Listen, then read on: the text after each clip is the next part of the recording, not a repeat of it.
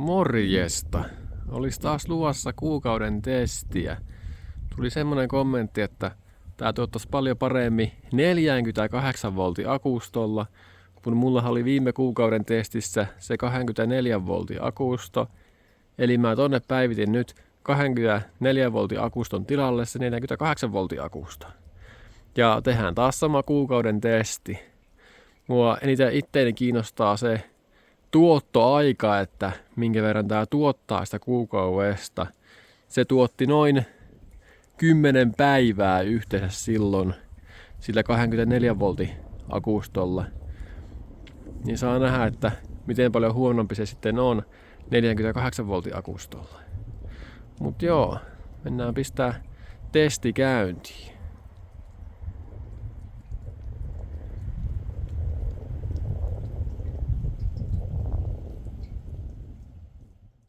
Täällä näkyy tää akusto, minkä mä järjestin uudelleen, eikä nyt täällä on 48 volttia. Tai no 53,2 volttia. Joo, ja tässä näkyy heti tää ongelmakin, että tää ei tuota pienellä tuella yhtään mitään. Tässä 48 voltin kytkennässä. Ei, tämä on just se ongelma, minkä mä tiesin jo. Mutta no, katsotaan nyt, tuottaako tää mitään. Elikkä se ongelmahan siinä on, elikkä tuo mun tuuligeneraattori, se on 48 voltin. Ja mulla oli se 24 voltin akustolla. Niin totta kai se rajoittaa sitä piikkituottoa jonkun verran. Että eihän me mitenkään oltaisi voitu saada 2000 wattia sitä irti 24 voltin akustolla. Mutta nyt me voidaan saada se 2000 wattia. No, tuossa mun asennuksessa ehkä 1000 wattia voisi olla mahdollisempi tai joku semmonen, mutta kumminkin, niin se nyt ei enää mitenkään hidasta sitä tuuligeneraattoria sillä lailla tuo akusto. Sitä se joku kommentoikin, että se tavallaan jarruttaa sitä tuuligeneraattoria, se 24 voltin akusto. Mikä kyllä ihan varmasti pitääkin paikkansa, mutta mun asennuksella sillä ei muista ole mitään merkitystä ja se voi olla vaan parempikin. Ja tosiaan mä ton säätimen tänne vaihoin, eli tässä mulla oli tuo 24 voltin. Siinä ei ole merkattu ollenkaan, että kumpi se on, mutta tää oli 24 voltin. Tai 12/24 voltin. Ja täällä on tää uusi 48 voltin. Ei tässä ole mitään muuta eroa, mutta kun tuo on vähän isompi tuo 48 voltin. Ja nämä on siis saman valmistaja, että ei pitäisi olla tuoton kannalta mitään eroa. Ja tää on tosiaan se low wind speed boosti. Eli tämä malli alkoi lataamaan akkua 12 voltin jännitteellä, kun oli 24 voltin akustolla. Ja tämä pitäisi alkaa lataamaan silloin, kun tuuligeneraattorista tulee 24 volttia pihalle. Niin 48 voltin akustoa. Ja siinä se ongelma just jo, eli sen pitää pyöriä jo aika kovaa jo, että se alkaa tuottaa yhtään mitään. Eli silloin kun tämä tuotti 20 wattia, niin tämä tuottaa alle watin. Tai jotain sitä luokkaa se menee. Mitä mä aikaisemmin testailin. Ei nyt hirveä ero oo, mutta se on aika iso kumminkin sitten loppujen lopuksi, kun mietitään sitä, minkä verran sitä kokonaistuottoa tulee sitten kuukaudessa. Mut joo, saa nähdä miten tuo pelittää. Mielenkiintoista. No niin, ja tässä nähdään heti tämä asennuksen ongelma. Eli tää alkaa lataa siellä noin 24 voltissa. Ja sen alla tää ei lataa mitään. Niin kuin näkyy nyt, meni alle 20 tuo jäänite tuolta, mikä tulee tuuligeneraattorilta. Tää ei lataa ollenkaan. Ja sitten kun tämä oli 24 voltin akulla, tää lataisi jo täydellä teholla silloin. Eli ilman sitä boostihommaa.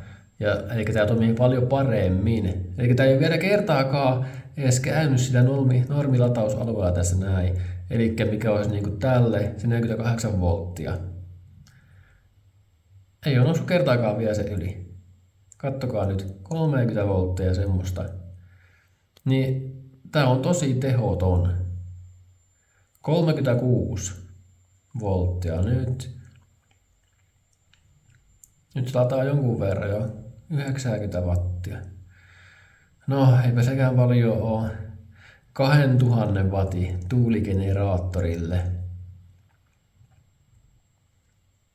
Mutta joo, katsotaan nyt minkä verran tää tuottaa kuukaudessa, mutta niinku tosi heikolta tää niinku vaikuttaa. No nyt tulee 100 wattia. Siis huomattavasti huonompi on. Mähän testasin tän silloin aikaisemmin jo. Ja parhaiten tuo tuuligeneraattori toimi 12 voltin akun lataukseen, koska silloin kun se pyörii, niin se lataa koko ajan. Ja sitten kun verrataan tähän 48 voltin akustoon, niin tää ei lataa juuri mitään, kun tuo jännite on niin alhaalla. Ja tässä on niinku se pahin ongelma. Eli tuo niinku 12 voltin akun lataukseen, tää tuuligeneraattori on aivan loistava. Vaikka se on tarkoitettu 48 voltille. Tää on aika niinku erikoista. Ja nyt kun tuulee 5 metriä sekunnissa, niin tää tuotto on tosi heikkoa. Eli näin pienellä tuulella meillä jää semmonen, no ainakin puolet tuosta lataustehosta nyt käyttämättä. Mikä voisi olla. Mutta toki jos nyt tuo tuisi vaikka se 15 metriä sekunnissa, mikä on kyllä aika mahdottomuus, mutta sittenhän tämä tuottaisi ihan hulluja lukemia. No niin, nyt olisi lähestulkoon optimaalinen tuulen suunta tälle asennukselle. No niin. Niin voidaan päästä nyt aika hyviin tuottoihin. Eli nyt tulee semmoista 8 metriä sekunnissa, 7-8 metriä ainakin on luvattu. Ja tuulen suunta on erittäin hyvä. Ja nyt on se 48 voltin akusta kytkettynä. Niin no, mennään nyt kattoo, että mitä tää tuottaa. Voi olla ihan mukavia lukemia.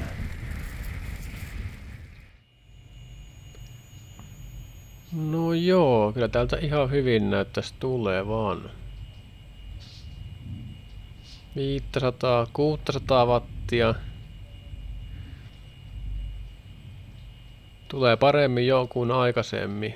Tai paremmin kuin koskaan. 600 wattia maksimi, minkä mä oon nähnyt 24 voltin akustolla.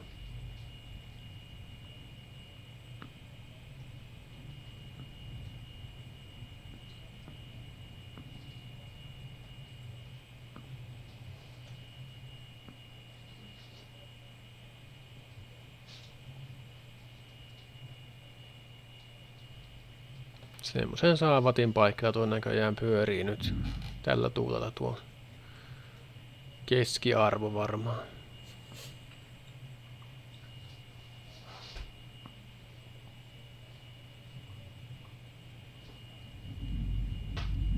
Taas mennään yli 600 wattia. Yli 700, yli 800, yli 900 wattia. Oho. No tuo on jo kohtuu hyvin. Pistin tää inverterinkin huvikseen päälle, hybridi-inverteri. Niin mä vaihoin tähän mun 48 voltin malliin sen 24 voltin tilalle. Varmaan muistattekin jostain mun aikaisemmasta videosta. Niin tää tulee nyt semmonen vajaa 400 wattia. Ihan hyvin, vaikka ei auringonvaloa hirveästi ookaan vielä näin tammikuun puolesvälissä. Mitäs me täältä tulee? Koko ajan jotakin. No niin, nyt olisi kuukausi takana tällä meidän Istabrisen 2000 wattin tuuligeneraattorilla. Mitä? Lyö kissa katsomaan. Kisu liittyy tänne. Voi ja samaa jälkeä pitkin menee, niin. Oliko navetassa? Joo. Hyvä. Joo. Meikö sisään? Niin tosiaan oli nyt se 48 voltin akustolla tämä näin ja mennään nyt kattoo, että mitä tää on tuottanut tämän 30 päivän aikana. No joo, ja tässä näkyy lopputulos.